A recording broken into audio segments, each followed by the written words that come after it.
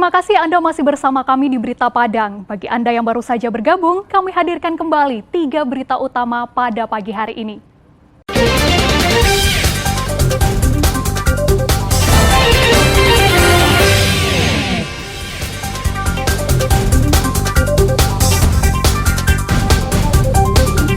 PMI Pasaman Barat kekurangan 100 kantong darah setiap bulan.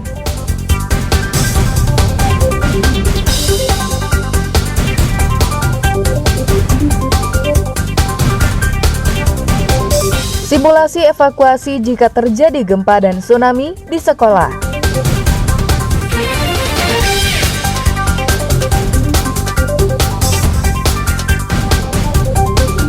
Pondok pesantren terbakar.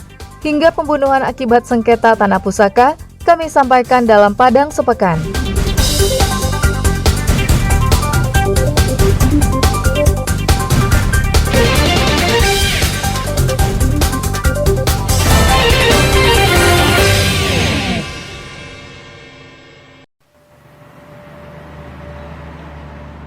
Palang Merah Indonesia di Pasaman Barat membutuhkan darah berkisar 300 kantong hingga 350 kantong darah per bulannya. Namun, yang terpenuhi baru sekitar 250 kantong darah. Untuk mencukupi persediaannya, PMI mendukung kegiatan donor darah, seperti yang dilakukan Polres Pasaman Barat yang menggelar aksi donor darah di Mapolres Pasaman Barat. Untuk darah 2 bulan ini kita memang ketersediaan sedikit terbatas. Kebutuhan kita mencapai 300 sampai 350 kantong per bulan. Sementara ketersediaan kita sesuai dari yang sudah kita jalani baru sekitar 200 sampai 250 kantong. Donor darah ini digelar dalam rangka memeriahkan Hari Ulang Tahun Bayangkara yang ke-77. Sejumlah personel dan anggota Bayangkari terlihat mengantre untuk mengikuti donor darah massal tersebut. Sebelum donor darah, petugas PMI terlebih dahulu memeriksa tekanan darah pendonor, HB, dan sebagainya.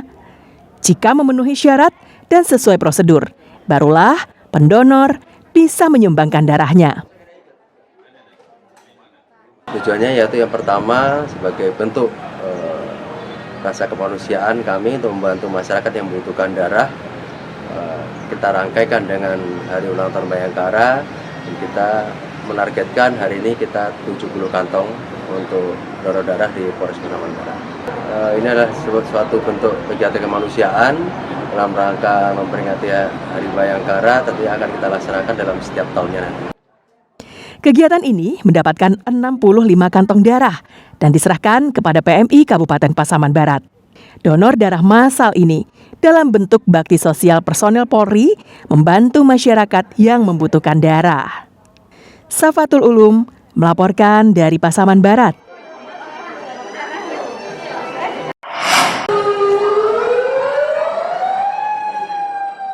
Puluhan siswa-siswi SMA Negeri 1 Padang terkejut mendengar sirine kencang, pertanda gempa bumi sedang berlangsung. Gempa dengan magnitudo 8 diskenariokan mengguncang kota Padang.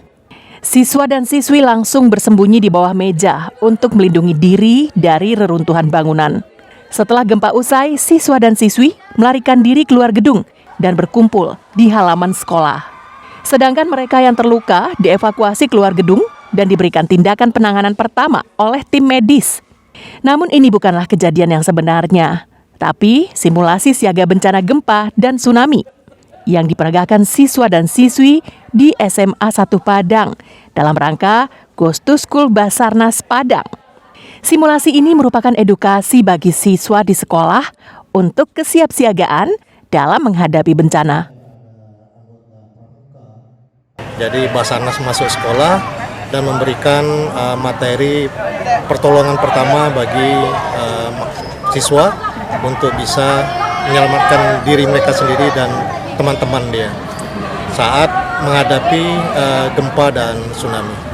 Ilmu yang ada nanti di buku Sargetus School kami ini bisa dimengerti dan dipahami oleh siswa-siswi SMA 1. Sebelumnya, para siswa dan siswi telah diberikan pelatihan dasar, pertolongan dan penyelamatan bencana gempa dan tsunami. Padang dan beberapa kota lainnya di pesisir barat Sumatera memang dihantui dengan ancaman megatrust Mentawai yang diduga menyimpan energi hingga magnitudo 8,6. Dari rentetan peristiwa gempa 200 tahunan yang terjadi di pantai barat Sumatera, hanya kawasan ini yang masih menyimpan energinya. Alfi melaporkan dari Padang.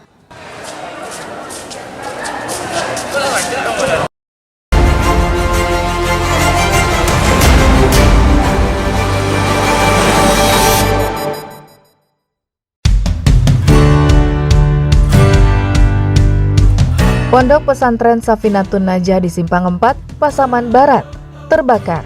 Saat itu, para santri sedang belajar di dalam ruang kelas masing-masing. Mereka berhamburan menyelamatkan diri ketika api mulai membesar. Akibat kebakaran tersebut, 3 ruangan kelas dan 1 asrama santri musnah terbakar. 1 unit mobil pemadam kebakaran datang ke lokasi untuk memadamkan api. Upaya memadamkan api juga dilakukan warga sekitar, santri, dan guru. Tapi upaya pemadaman tak berlangsung optimal karena api membesar dengan cepat. Kursi, meja belajar, tempat tidur, kasur, dan lemari beserta isinya hangus terbakar. Hasil pemeriksaan sementara, kebakaran diduga akibat hubungan pendek arus listrik. Beruntung tidak ada korban jiwa dalam kejadian ini.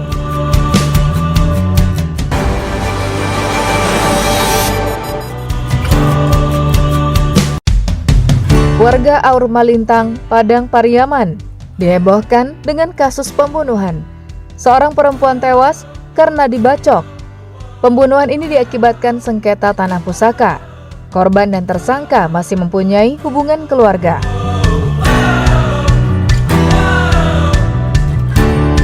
Sementara tersangka, Ali Umar, tak kuasa menahan tangisnya karena menyesali perbuatannya. Usai membacok, pelaku kemudian menyerahkan diri ke Polsek Aur Malintang. Polisi kemudian membawa pelaku ke Mapores Pariaman guna penyelidikan lebih lanjut. Kasus yang menghebohkan ini berawal dari sengketa lahan pusaka di antara korban dan tersangka yang masih mempunyai hubungan keluarga.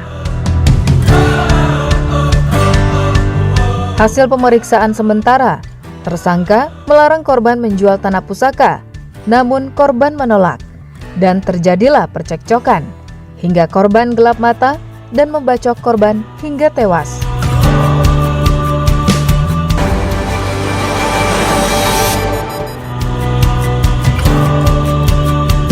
Karena kecewa dengan keputusan rapat, warga dan tokoh masyarakat setempat menyegel kantor Nagari Lingkuang Awa Baru, Kecamatan Pasaman. Penyegelan itu merupakan bentuk kekecewaan mereka terhadap pemerintah Nagari.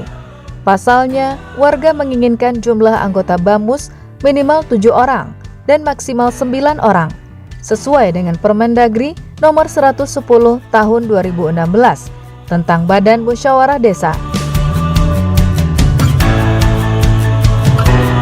Namun pihak Nagari hanya menetapkan 5 orang anggota BAMUS sesuai dengan peraturan Bupati.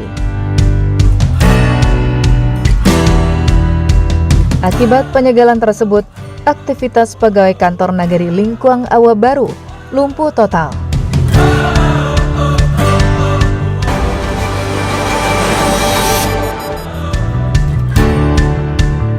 T, pelajar kelas 3 sebuah sekolah menengah kejuruan di Kota Pariaman ini terpaksa berurusan dengan polisi.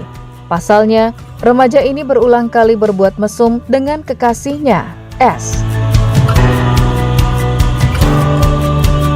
Ironisnya, perbuatan itu mereka lakukan di ruang kelas sepulang sekolah, saat sekolah dalam keadaan sepi dan hanya tinggal mereka berdua di ruang kelas sekolah tersebut. Kedua pasangan yang masih berusia 16 tahun ini bahkan telah berkali-kali melakukan perbuatan maksiat tersebut. Orang tuanya pun murka usai anaknya menceritakan penyebab dirinya kerap pulang terlambat. Sang ibu juga kaget, anaknya telah melakukan hal tersebut sejak 2 tahun lalu.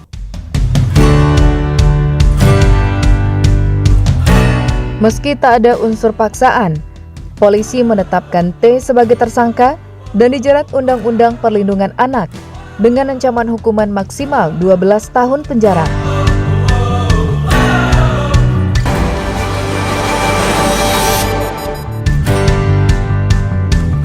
N dan H, pasangan mahasiswa tersangka kasus pelecehan seksual, ditahan jaksa hingga 20 hari ke depan. Penahanan dilakukan usai penyidik menyerahkan tersangka dan barang bukti di Kejari Padang. Meski polisi sempat menangguhkan penahanan tersangka karena alasan depresi, tapi kejaksaan punya pendapat lain.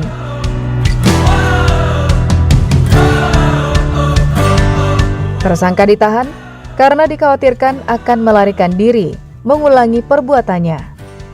Kedua tersangka ditahan hingga kasusnya disidangkan di Pengadilan Negeri Padang.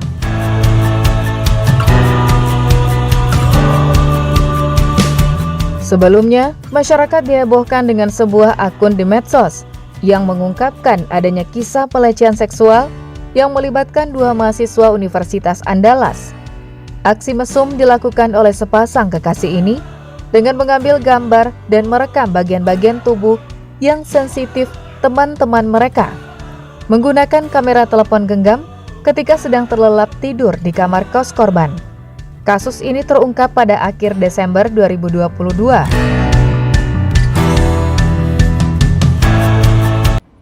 Saudara, informasi tadi sekaligus menutup berita Padang pagi ini. Saya Frin Meriana beserta tim redaksi yang bertugas mengucapkan terima kasih. Sampai jumpa.